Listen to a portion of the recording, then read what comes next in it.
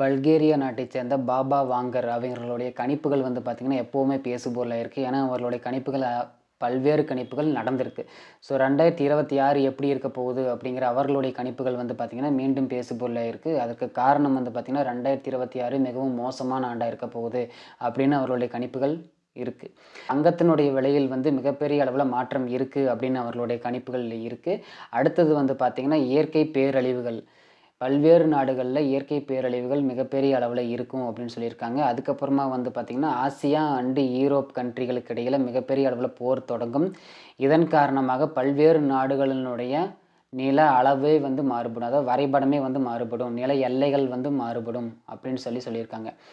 AI தொழில்நுட்பம் வந்து பார்த்திங்கன்னா மனிதர்களுடைய கட்டுப்பாட்டை மீறி செயல்படும் அப்படின்னு அவர்களுடைய கணிப்புகள் இருக்குது.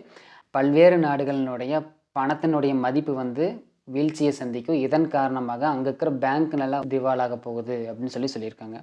2026 ஏலியனுடனான தொடர்பு ஏற்படும், கான்டாக்ட் ஏற்படும் அப்படின்னு சொல்லி பாபா வாங்கர்னுடைய கணிப்புகள் இருக்குது. இந்த கணிப்புகள் பற்றி உங்களுடைய கருத்துக்கள் என்ன அப்படின்னு சொல்லி கமெண்ட்டில் சொல்லுங்கள். மீண்டும் ஒரு நல்ல வீடியோவில் உங்களை சந்திக்கிறேன். அது வரைக்கும் take care mister GB squad.